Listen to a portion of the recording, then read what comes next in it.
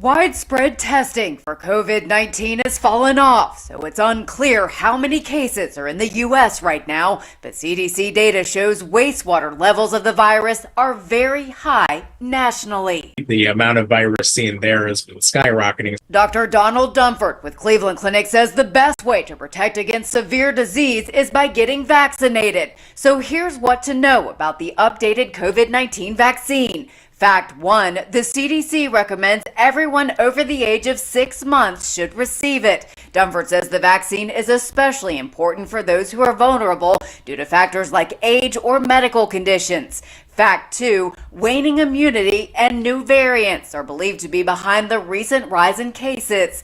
Fact 3, experts believe this latest shot will protect against the strains now spreading. So if you had the vaccine from last year, or if you had infection, say last fall or winter, those antibodies aren't going to match up with the strains that we're seeing circulating now. So that's why it's important to get this updated vaccine. Now, you would think that given the almost 5 years we've had with this thing, they would be able to provide us with clinical trials. But nope, these boosters are coming out of the gate due to emergency use. And the question on everybody's mind is why? How is it even possible to declare an emergency when most, if not all of us, are now living normal lives again? And yes, the FDA has again provided emergency use authorization for these updated mRNA C19 vaccines. And guys, before we even get started, I just want to thank y'all so much for hanging out with me. Thank you for hitting the like button and sharing this video on Facebook and Twitter. And thank you for making sure you're still subscribed to the channel. All right, let's get started. They announced this recently on their website, and it's kind of odd as to why they still need emergency use authorization at this point. You also heard that this can be used by anyone within 6 months or older. And the term that they use is that we should receive this booster, even though no human clinical trials were done on this new vaccine. The word from them is that the benefits far outweigh the risks of these new jabs. What do you guys think about that? Now, I know it's pessimistic, but it's kind of hard to believe everything that we hear from experts nowadays, especially when the one guy that we had for this science flip-flopped on a lot of his own words. That's Dr. Anthony Fauci, together with most of the experts that controlled our lives for a few good years. First of all, I didn't recommend locking anything down. And the record will show,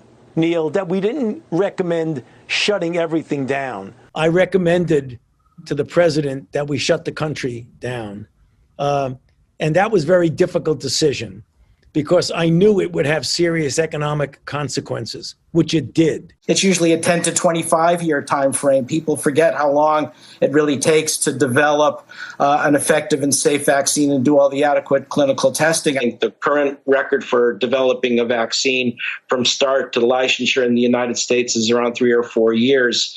So that's the realistic time frame we have to start thinking about. When you look at the timelines of coronavirus this COVID-19 vaccines, it really follows the same progression as almost any other vaccine. The vaccine development cycle for COVID-19 vaccines very much goes along with what we've seen before. And there are some variances, but modest. And I think that's an important story for people to know if they're concerned about taking COVID-19 vaccines. You might have virus in your nasopharynx, and even though you really feel well, you could inadvertently pass it on to someone else. It is very unlikely that a vaccinated person, even if there's a breakthrough infection, would transmit it to someone else. If you're vaccinated, you really don't need to worry about getting it in a way that's serious or transmitting it.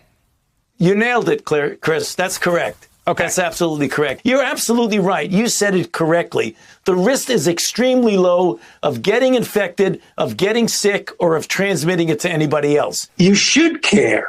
Because if you get infected and you're not vaccinated, there is a chance, maybe a likelihood, that you will be part of the dynamics of the continuation of the chain of transmission.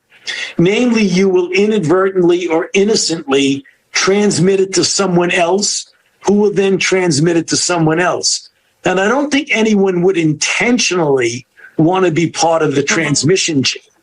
You want to be a dead end to the virus. So when the virus gets to you, you stop it. You don't allow it to use you as the stepping stone to the next person. Vaccinated people are clearly capable of transmitting the infection to an uninfected person. Now, what's also concerning is that we're not getting as much information when it comes to the tests that they did. For the Moderna vaccine, we're being told that its safety and effectiveness can be likened to the original vaccine since they were manufactured using the same process. Non-clinical data also proved to be vague as they're not even revealing what kind of animals were used to test this new drug. Now, the one deciding factor that we're being told is that these new vaccines are creating higher neutralizing antibodies compared to their first batch. The same exact idea is being presented for this new Pfizer BioNTech C19 vaccine. Now, at this point, we're not really sure what risks these new drugs entail since they were pushed out using this EUA. Besides that, it's just kind of alarming to see a similar term here in their paper. The term myocarditis is again being used here,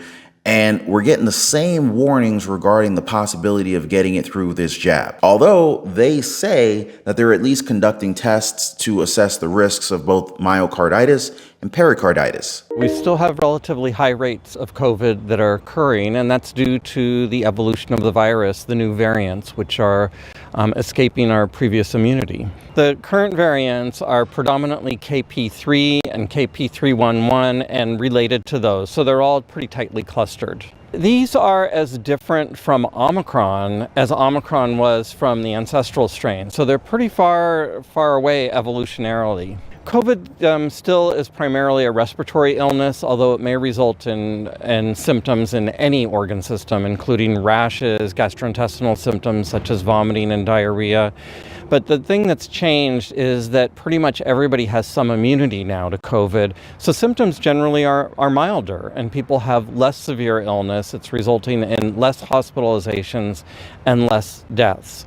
But it's still pretty serious. Which now brings me to the most common variant that they have right now. It's called the KP311, and it's overtaking other variants like KP3 and KP2. Now, guys, oddly enough, this new batch of vaccines, they're made for the KP.2 variant, one of the least common variants that's being detected in the United States, which is kind of a huge question mark given that the CDC is aware of this fact. And yet, pharma companies are focusing on variants that are not very popular. So it makes you wonder if it's even worth it to get the new jab. At this point, the KP.311 accounts for about 43% of the cases here in the country. The KP.2, on the other hand, accounts for only 3.2% of cases. Now, we're being told by the FDA that it's expected that these new jabs will provide protection against markedly more infectious variants of SARS-CoV-2, but that the composition of these drugs have to be assessed annually. So yes, they're not confirming that we'll get better protection with it, but that we should expect better protection,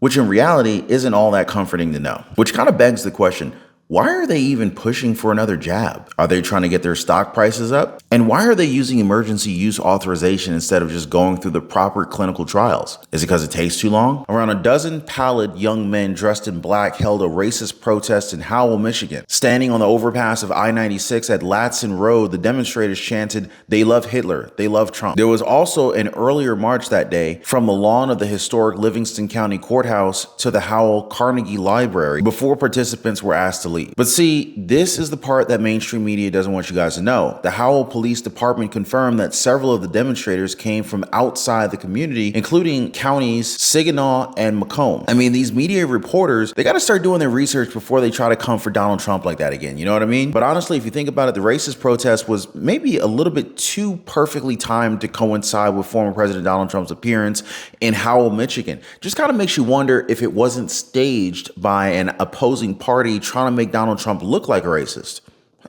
I mean, stranger things have happened, right? Or maybe they're just trying to steer Trump away from big population centers because, see, Howell, Michigan does have a population of 10,000. Not to mention, it was also very close to Michigan's major population centers. I don't know. What do you guys think? Because I can definitely imagine that residents of Howell, Michigan were just so proud that Donald Trump came to their town. You know what I mean, guys? Like the people who love our former president and love their hometown, they're probably not racists. And again, you know, this may be yet another attempt by Democrats and their allies, mainstream media, to distract the people from real issues like inflation. As former President Donald Trump explained in his recent rally, it was Vice President Kamala Harris that cast the tie-breaking votes that caused inflation. They quickly blew it all up, destroyed. 350,000 Americans joined the unemployment rolls last month. Did you know that? I keep hearing about their economy. Their economy's terrible. and the inflation is eating everybody alive, and it's been doing that for 3 years. The no inflation or almost no inflation, it kept going during the early part of this administration, this current administration, but it ended very quickly, and then it went to levels, and so quickly, it went so fast, and it was a shame, and it was all blown up and destroyed, and jobs were lost. A lot of jobs were lost. Our country is doing really badly under them, and nobody wants to talk about it. The media doesn't like talking about it because the Democrats, they really protect themselves. It's pretty amazing. Someday the media is going to become real media instead of fake media, and you're going to see a big difference in the country. Real incomes are down $2,000 a year since she took office. Kamala cast the tie-breaking votes that gave us the worst inflation in American history, costing a typical family $28,000. And under Kamala, we have fallen into manufacturing recession with 13,000 manufacturing jobs lost in the United States since just the start of this year. I don't know if you all know that, but that's what's happened. And it'll happen here, and it'll happen in this plant. It'll happen everywhere if she gets in. If Kamala gets in, the United States will rapidly become a deindustrialized third world nation, like so many others have become. So does Kamala Harris talk about inflation? Or better yet, a more practical way to address it, instead of saying that she's going to stop price gouging, which even the liberal media like the Washington Post called a gimmick. But nope, not a thing from the Harris campaign about it. Instead, they've made an extraordinary claim implying Donald Trump's visit to discuss the crime and safety in Howell, Michigan is motivated by racism. Democratic Governor Gretchen Whitmer also denounced the former president's speech and suggested the city in the state that she represents is racist. Whitmer called it a bad idea and a matter of looking at the optics. Because apparently, according to Vice President Kamala Harris's campaign, Donald Trump's event at the Livingston County Sheriff's Office in Howell, a city of 10,000 near Michigan's major population centers, is a sign of solidarity with these young men. I mean, you should see what they're trying to throw against former President Donald Trump just to see what sticks. Kamala Harris's Michigan spokeswoman, Alyssa Bradley, said Donald Trump's actions have encouraged them, the protesters, and Michiganders can expect more of the same when he comes to town. A Washington Post picked it up and boosted this narrative, saying that Howell has long been associated with the Ku Klux Klan because of the rallies Michigan-based Grand Dragon Robert Miles held on a nearby farm in the 1970s and 1980s. And Reuters headlined a piece they titled, "Trump to Campaign in Michigan Town with Historic Links to White Extremism." There was even an anonymous user,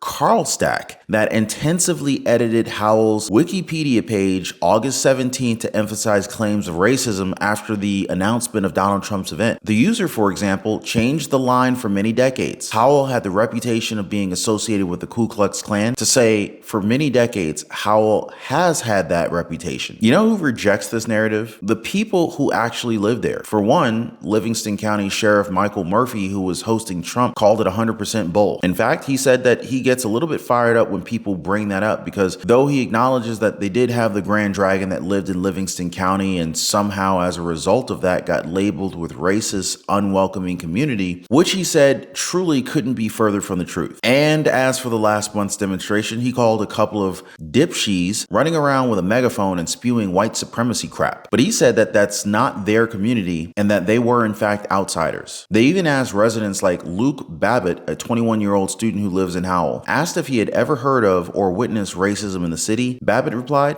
"Heck no, not at all. Not in the slightest." And the story changes when you ask Republican candidates in Michigan. For one, Republican Senate candidate Mike Rogers, who has appeared alongside Donald Trump at rallies, said that the whole racism insinuation is absolute absurdity. A few racists that gather in town in America shouldn't taint the town. Carolyn Leavitt, Donald Trump's national press secretary, called out the media on their very obvious bias. She asked, did the media write the same story when Joe Biden visited Howell in 2021, or when Kamala Harris visits cities where racist protests and marches have occurred in the past? No. Of course not. In fact, Donald Trump's Michigan spokesperson, Victoria Lasivita, emailed the press a list of cities where Kamala has campaigned that have seen racist incidents in the past, including Eau Claire, Wisconsin, Pittsfield, Massachusetts, Philadelphia, and Atlanta. With it, she said that the press should ask the Harris team why she believes all residents of Howell, Michigan are racist, and if that also applies to the cities where she has visited with their own divisive histories. Again, they're trying to pin the word racist on Donald Trump, but sad for them, it's just not sticking. You know what I mean, guys? In fact, let me ask you guys.